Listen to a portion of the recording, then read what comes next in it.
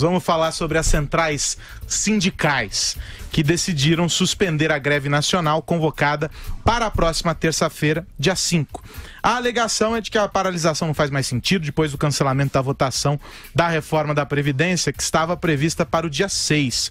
O governo não tem os 308 votos necessários para aprovar a PEC e, segundo o presidente da Câmara, Rodrigo Maia, está longe disso. O discurso dele foi repetido hoje pelo relator da reforma, o deputado Arthur Maia.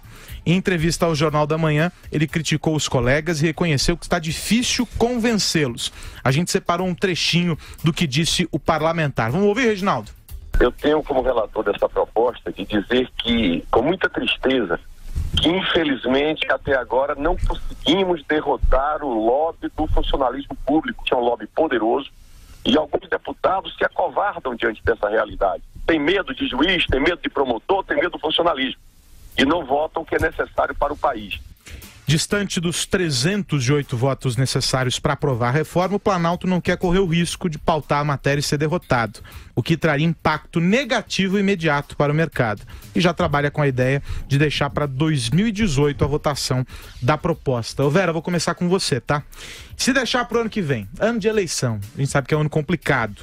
Quais são as chances de aprovação da reforma, hein? Mais remotas, Arus, mais difícil de aprovar, porque se você desse a largada na Câmara este ano, ainda com tempo de ter um recesso, da coisa decantar, dos deputados irem para suas bases, explicarem, de adotarem um discurso inteligente como esse do relator, de dizer que quem está contra a reforma é o lobby do funcionalismo público, dos sindicatos, das centrais sindicais aparelhadas, mostrar que quem perde são aqueles que têm benefícios muito acima da média dos trabalhadores, que se aposentam cedo, que se aposentam com um benefício incompatível com o que a Previdência arrecada. Se você tivesse tempo para fazer este discurso, encadear este discurso que é real, que é baseado em números, você poderia mitigar o desgaste, suposto desgaste eleitoral da votação da reforma da Previdência. Você fazendo deputados, que são aqueles mais sensíveis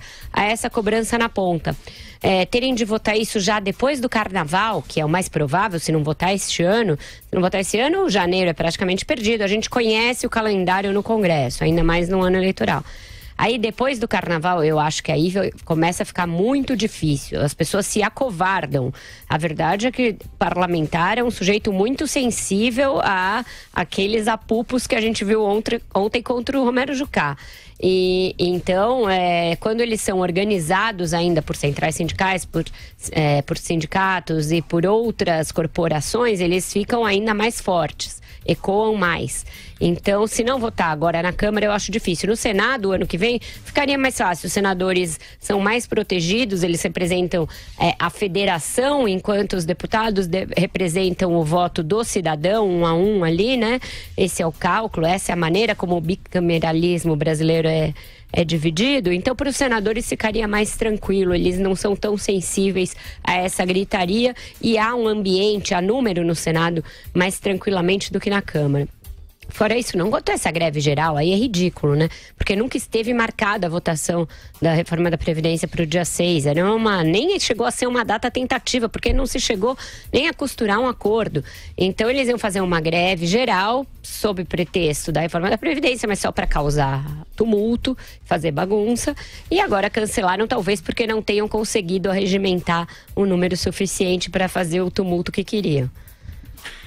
Ô, Andreasa, e aí, se empurrar pro ano que vem, reforma ou não reforma? Antes o seguinte, essa greve geral não acontecerá porque tem menos votos do que a reforma da Previdência. Como disse a Vera, não conseguiram arregimentar, acabou a mortadela, tá difícil. Imposto sindical aí pela hora da morte, né, pessoal? E aí já viu, falta dinheiro para garantir o lanchinho e outras coisas.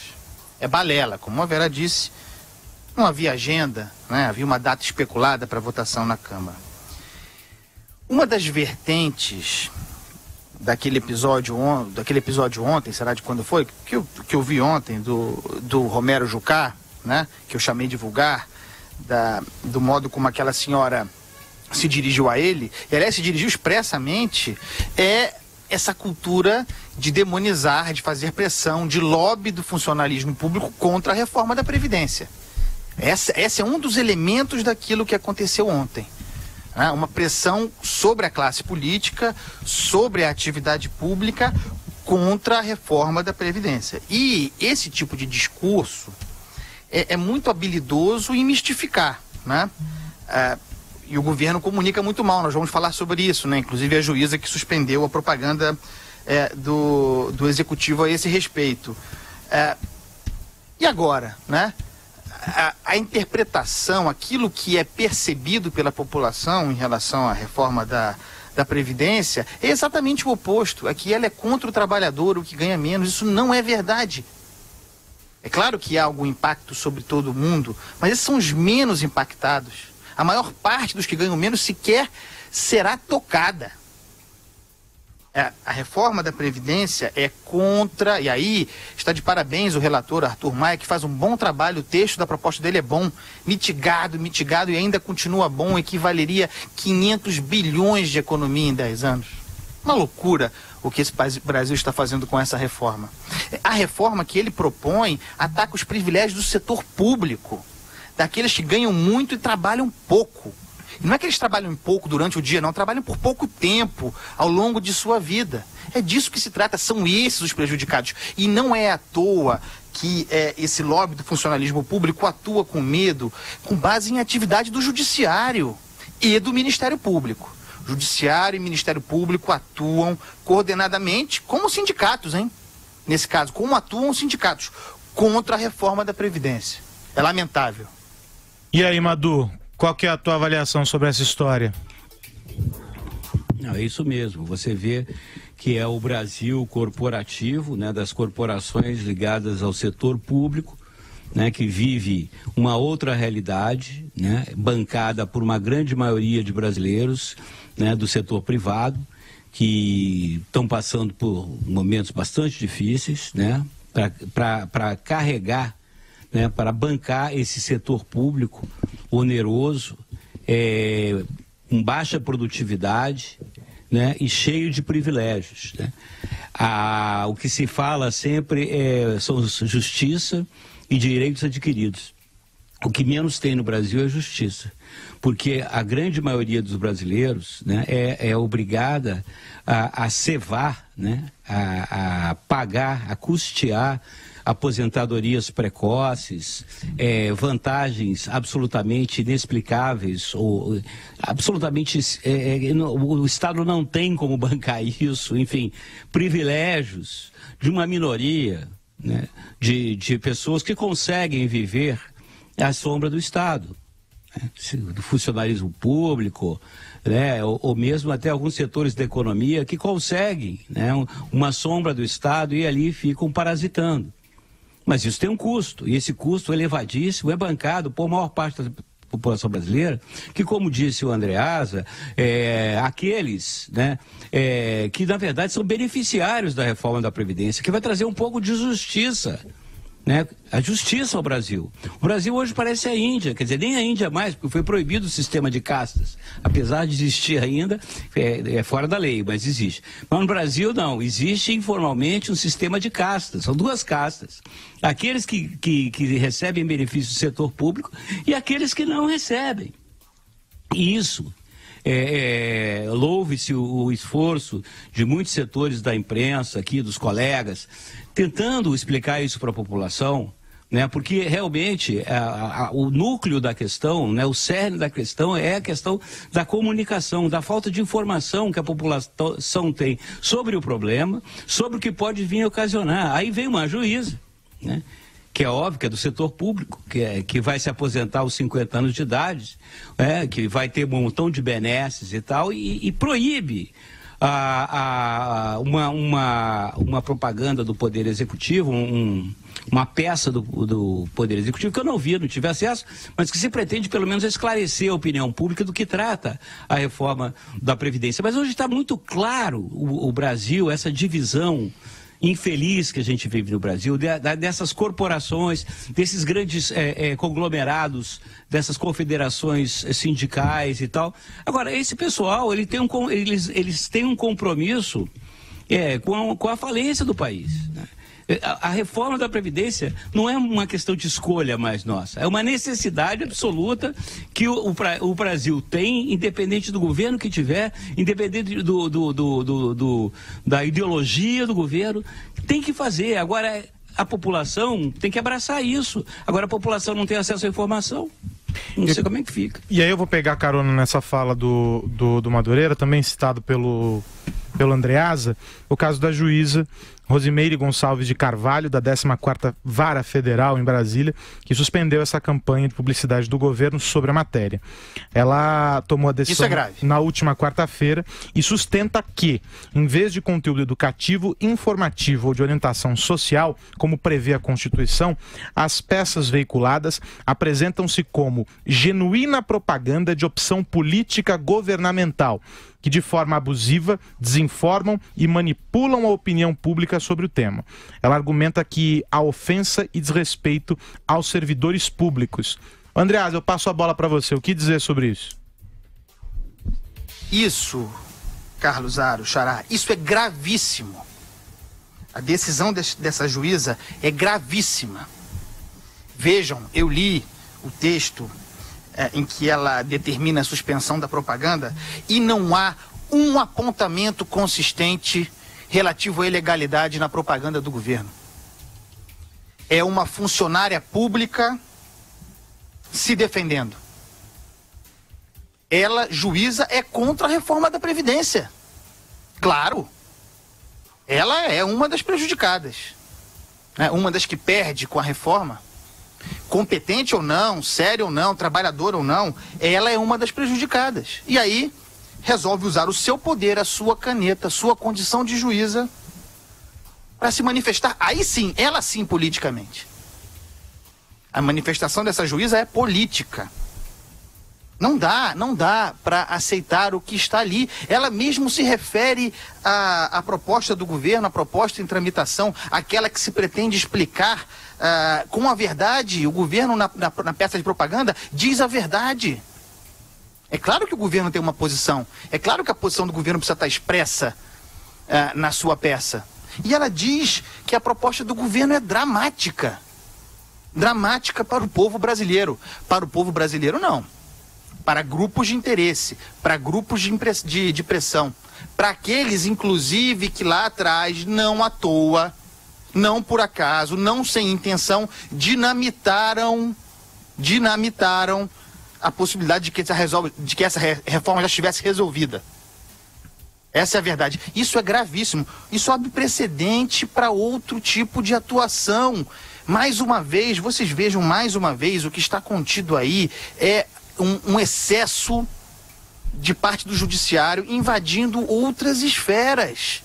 Isso é uma interferência, isso é uma canetada, é autoritário. É o judiciário mais uma vez se metendo em esfera legislativa. No momento em que a atividade política está criminalizada. Sim, em grande parte por culpa dos políticos, mas está. É grave demais isso. Não é aceitável. E aí, Vera? Não vejo como autoritarismo nem tentativa de legislar, porque eu não vejo onde o legislativo entra nisso. Mas ela está interpretando a lei que é facultado a ela, porque ela foi demandada. Houve um recurso contra a proposta interposto pela Associação dos Auditores Fiscais. Dito isso, eu concordo de resto com o Andreasa. Eu acho que a decisão não está embasada. A lei que trata da impessoalidade, das regras para a propaganda governamental, não veda, a meu ver, o que está na propaganda da reforma da Previdência, que é uma propaganda de cunho informativo. Ela pode discordar do projeto da reforma, mas isso não lhe é dado, não é isso que está em questão. É se ela fere aqueles quesitos, impessoalidade, transparência, enfim, caráter informativo, eu acho que não fere. Então, eu acho que ela avançou o sinal, aí claramente, concordo com ele politicamente, porque é atingida, porque os juízes são contra a reforma da Previdência, ela agiu de maneira corporativa. O que o governo deveria fazer é despir a propaganda ao máximo de juízos de valor.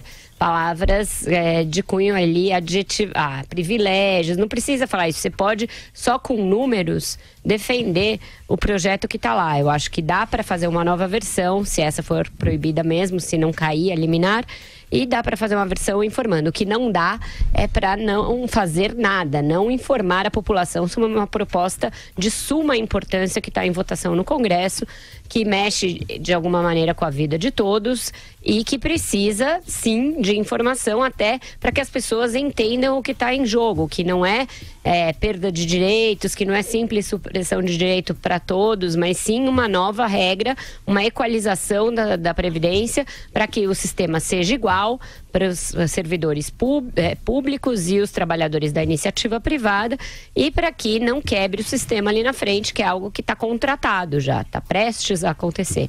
Então, se o governo não conseguir liberar essa propaganda, eu acho que ele deveria fazer outra, ainda que mais econômica em adjetivos, mas que mantivesse a explicação do que muda com o projeto, dos números em jogo na Previdência e fizesse isso em tempo hábil para tentar ainda votar esse ano antes do recesso. Quero te ouvir, Madu. Isso é um tremendo desafio, né, Vera? Porque realmente uma população heterogênea como a nossa, né? Com tantas diversidades culturais, tantos desníveis culturais, você, em plataformas de massa, você conseguir ser claro bastante, mas ao mesmo tempo você tem que ser incisivo. Né? Tem que ser incisivo para mostrar da necessidade da reforma da Previdência. Como eu já disse, eu repito, não é uma questão de governo, é uma questão de Estado. Né? As questões de Estado, elas transcendem os governos passam. As questões de Estado, elas são permanentes. A reforma da Previdência no Brasil é uma questão estrutural, uma questão de Estado. Está no próprio relatório do deputado Arthur Maia. Então, isso aí é a primeira coisa a ser dita. E você tem que explicar justamente para os segmentos, digamos assim, menos informados, que tiveram, infelizmente, menos acesso à educação. Você tem que explicar isso com muita clareza, porque justamente essas pessoas é que são o alvo fácil dessas centrais sindicais, né, dessas corporações de funcionários públicos, né, que utilizam, né, de um discurso interesseiro, né, corporativo interesseiro e demagógico, para defender os interesses deles, né, em detrimento do resto da população. E essa juíza, como o Andreasa falou, ela é parte do judiciário que é totalmente contra a reforma da Previdência. É um dos setores do aparelho de Estado, é um dos poderes que tem mais privilégios. Aqui no Rio de Janeiro, as aposentadorias do setor do judiciário são um descalabro. São um descalabro e eles nunca deixam de receber, porque eles interpõem, eles conhecem os artifícios legais para nunca deixar o salário deles atrasar. Né? Enquanto que outros funcionários públicos estão com seus salários atrasados há um tempão. Então, meus amigos, a juíza, ela devia, como parte interessada, ela no mínimo devia se considerar impedida de julgar essa questão. Mas aí, como é que fica? É que o Andreasa estava falando ali, é o que a gente sente a anomia do aparelho de Estado, né? Que você já não sabe mais qual é o quadrado de cada um tem que fazer. Se essa questão, se você pode impedir uma propaganda, né? Se havia má fé, ela, pela sentença dela, pela decisão dela, ela quis dizer que há má fé no conteúdo da propaganda. Eu acho isso um absurdo. Agora, a proibição por si só é um absurdo. Mas hoje o Brasil é o país dos espantos, é o país dos perplexos. Né? Espero que caia essa liminar.